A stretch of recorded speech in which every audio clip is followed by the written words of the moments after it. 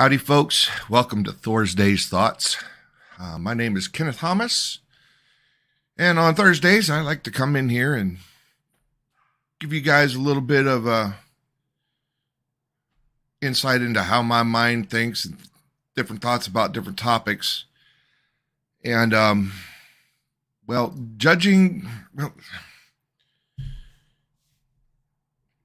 events this week in Uvalde, Texas, have really struck home with me. I have two daughters that are in second and fourth grade.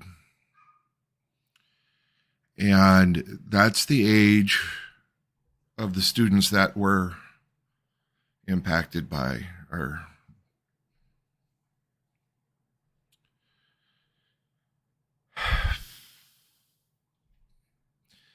it's hard for me, and it's gotten harder and harder every time. I remember the first time I saw something horrible like this happening in Columbine. I was at home. I was watching it unfold on the news, and it floored me that there would be that kind of violence at a school. And it's only gotten worse, because as shocking and horrific as Columbine was, the number of attacks that have happened in schools, the number of times that our children have been the targets of senseless violence.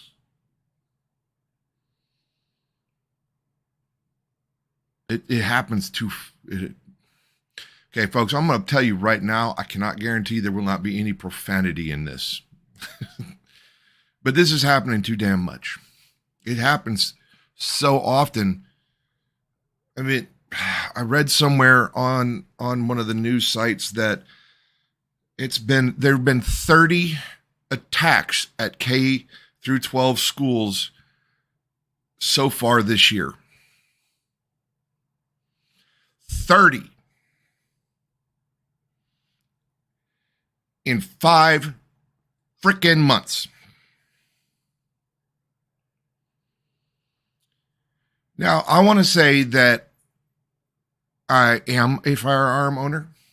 I believe in firearm ownership. I do not believe that people should be prevented necessarily from having access to firearms. I believe that in that constitutional right. But I'm also in favor of common sense gun laws. Okay? Do I think that somebody should be allowed to own a fully automatic weapon? Yeah.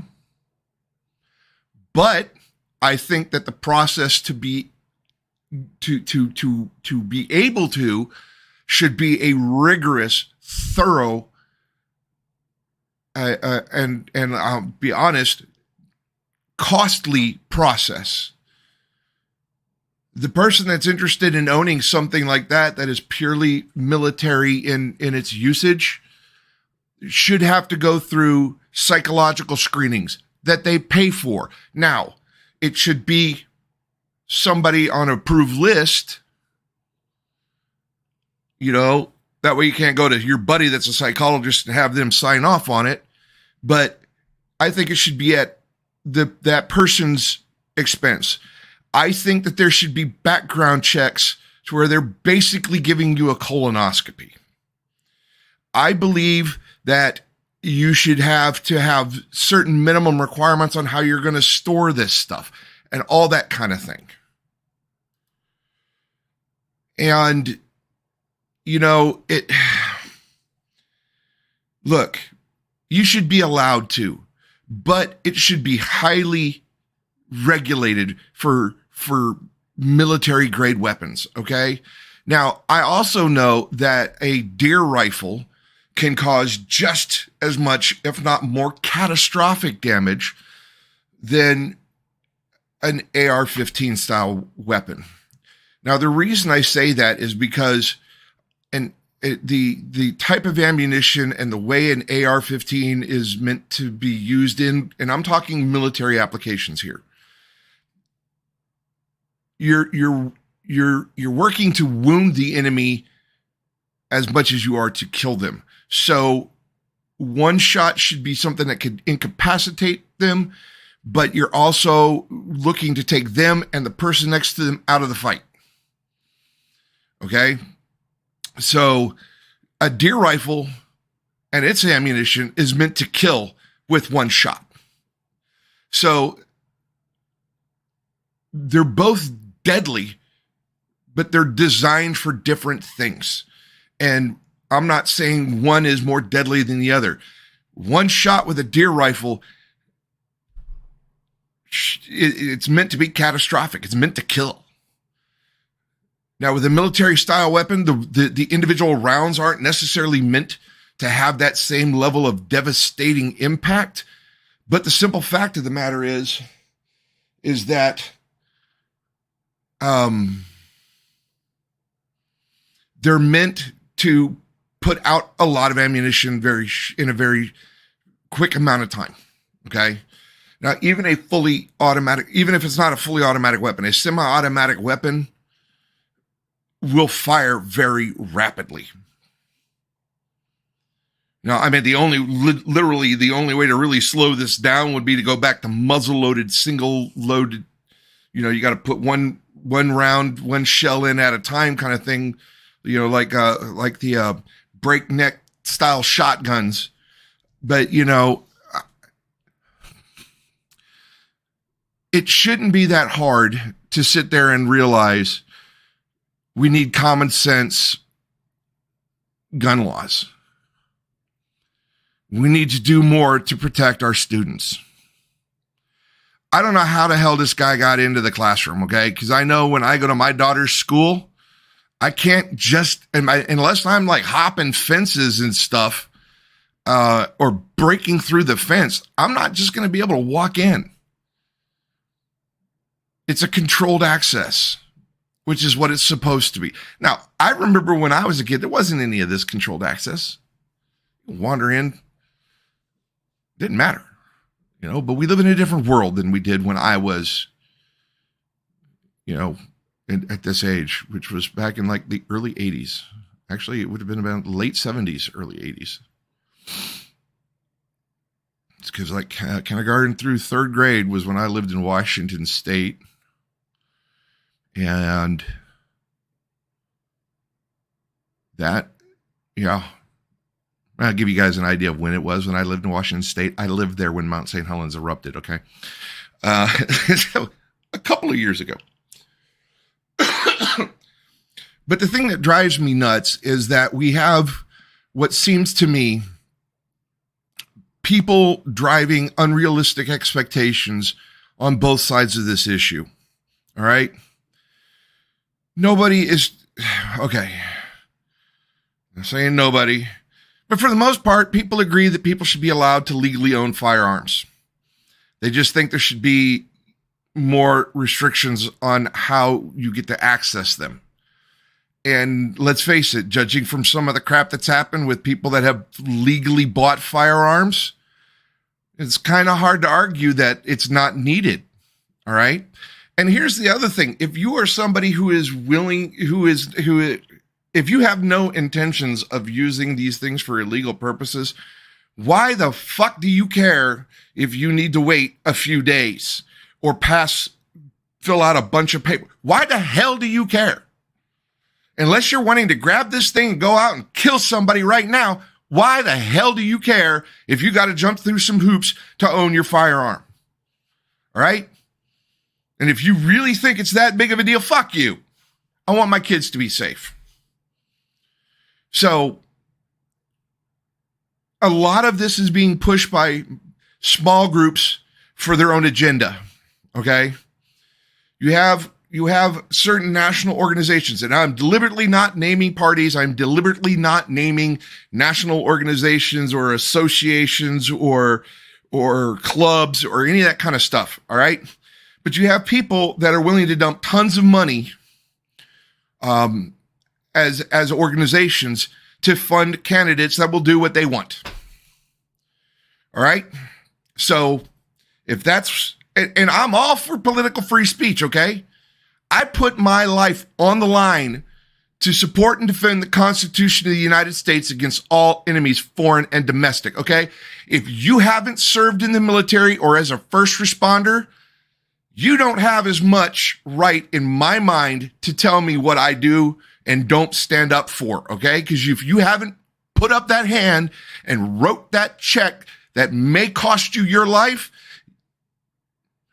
I'm not denigrating you as a citizen, but I'm telling you, don't try to come at me about what I believe or that I have the right to the opinions that I do. Because you know what? There's people running around saying all kinds of stupid crap, and they're idiots. And you know what? I put my life on the line so they'd have the right to run around and say that stupid shit. But that doesn't mean that we can't, as a society, do something to protect our children. That doesn't mean we can't do something to make our systems better. Because if you look at statistics, if you aren't willing to look at the statistics, if you aren't willing to look at the facts and see how unjust the system is against certain groups of people, you're not paying attention. If you're not someone who is willing to look at the hard issues and say, we need to have discussions about this until we can come up with a solution, you're part of the fucking problem. All right? We have people that are so much more worried about protecting unborn children that they're willing to write ridiculous goddamn laws and do stupid shit to try to further this agenda. But this is usually the same demographic that is sitting there going, no, we can't do anything about this. We have to, no. You know what? If you're so worried about goddamn children, let's protect the ones that are born as much as you want to protect the ones that are unborn. All right? I don't think it's the government's right to tell a woman what she can and can't do with her body. Because you know what? If you're going to say that she has to support that unborn child, you're making her use her body to support that. You're giving her less bodily autonomy than you're giving to a corpse. Because you can't use any part of a corpse to save another person's life without their permission. So that's just bullshit. You want to, and I'll be the first to say, I am not pro-abortion, but I am pro-choice because it's not my choice. It shouldn't be my choice. If you want to do something about abortion rates, then let's do something about common sense education where we can teach people how they can prevent pregnancies in the first place. All right? You know, an ounce of prevention is worth a pound of cure. So let's start working on some of this prevention with that.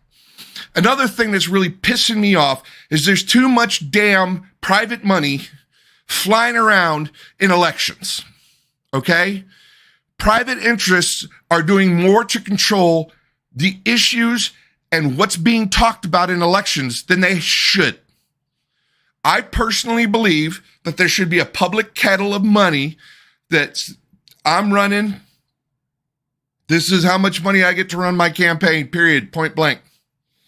And the reason I believe that is because there are people out there who would be moderate, middle of the road, willing to compromise, willing to work with the other side on things that can't get elected because the special interests, you're usually way on the left or way on the right.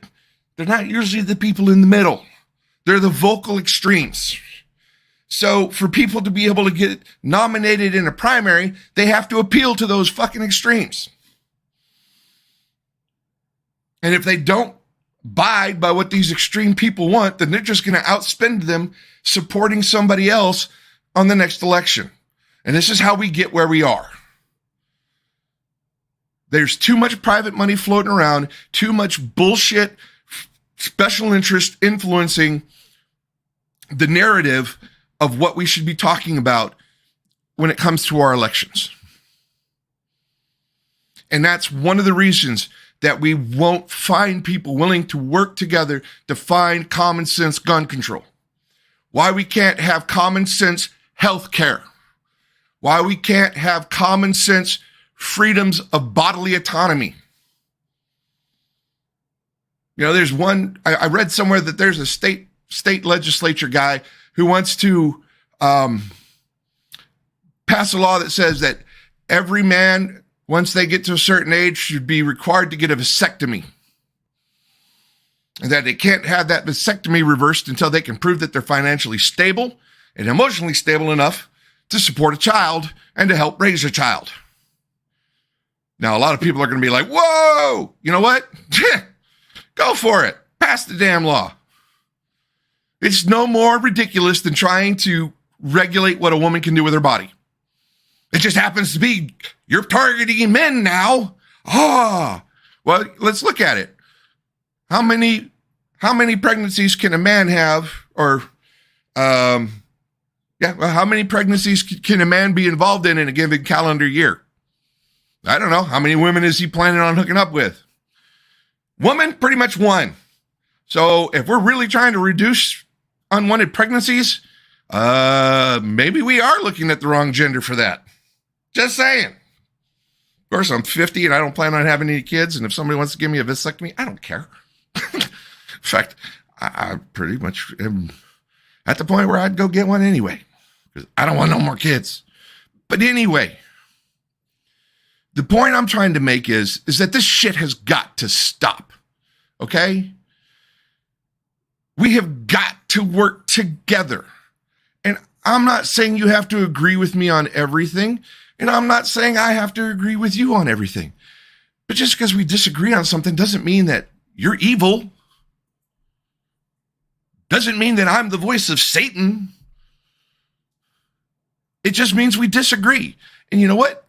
I want to know why we disagree on something. If you want to talk to me about an issue and you want to explain to me why you believe a certain way, I'm fully willing to listen to your rational discussions on this. We can talk about it. We can learn from each other, because you know what? That's how we start to understand each other. That's how we start to figure out how we can have compromises on things. That's how we start to have a functioning society. We've kind of gotten away from this. Now it's like, oh, you don't agree with me? I don't want to listen to you. We put ourselves in our own little echo chambers because we're listening to this stuff on social media. Well, you know what? Social media has AI that helps you find stuff that you like. So yeah, it's going to show you more of what you agree with than what you disagree with. Starts to seem to reinforce what you're wanting to hear and what you're thinking. Okay? Unfortunately, it's really hard to find unbiased news these days. I remember Walter Cronkite. Now, granted, I was very young the last time he was on the air. And I may not be remembering the same way some people who are older than me might. But the thing is I seem to remember him and journalists at the time being more concerned with giving you the facts and the information. Here's what happened, and that's the way it was. They didn't try to slant the information. They didn't try to tell you what to think about the information. But if you go on to a lot of these so-called news organizations these days, they're doing a lot more telling you what it means and how you should think about it than they are telling you what the facts are. And it's true of both right-wing and left-wing media, okay? I'm not just pointing fingers at one network or that network. I'm saying it's on both sides. And it's bullshit because it creates an echo chamber where people are constantly reinforced with what they think and believe already. They're not exposed to opposing viewpoints in a way that lets them understand it in a rational manner. One of the biggest problems with a free society is that it requires efforts on the part of the free citizenry. Okay? You have, for it to function the way it really should, the individual must take it upon themselves to become educated and informed about the issues, about the reality of the situations, and use that knowledge and their own belief system when they go to vote. Too many times these days, people become single issue voters.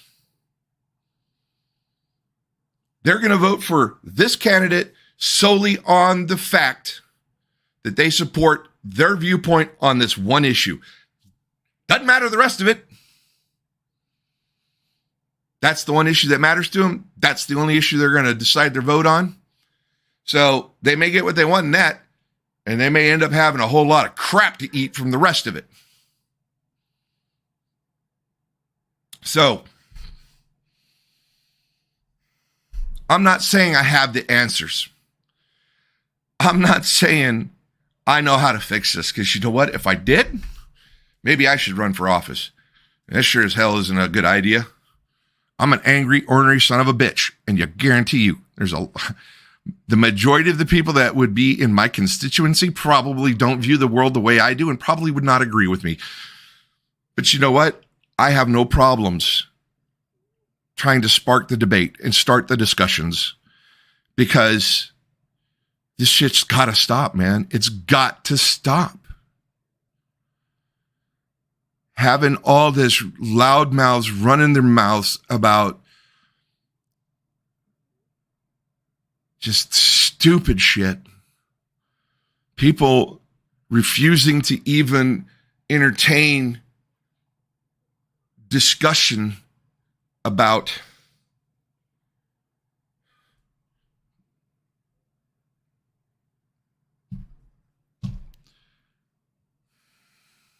it.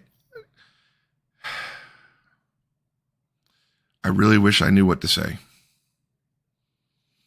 And it's very hard for me to try to figure out how to talk to my children about shit like this, because that's kids their age. That's their peers. They may not know them personally. They go to a different school. I mean, it was about 90 miles away from where we are. But the simple fact of the matter is if I can't figure out how to talk about this with my wife, if I can't figure out how to get this straight in my head to talk to y'all about it, how the hell do I talk to my kids about it? What do I tell them when they ask me, are we safe at school? What do we do?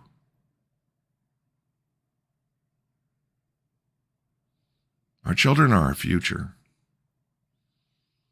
We should be doing everything we can to turn their schools into palaces of education, teaching them how to think, not what to think, how to do research, how to gain information, how to do things with that information once they acquire it. We should be paying our teachers much more than they are, because, the future's in their hands.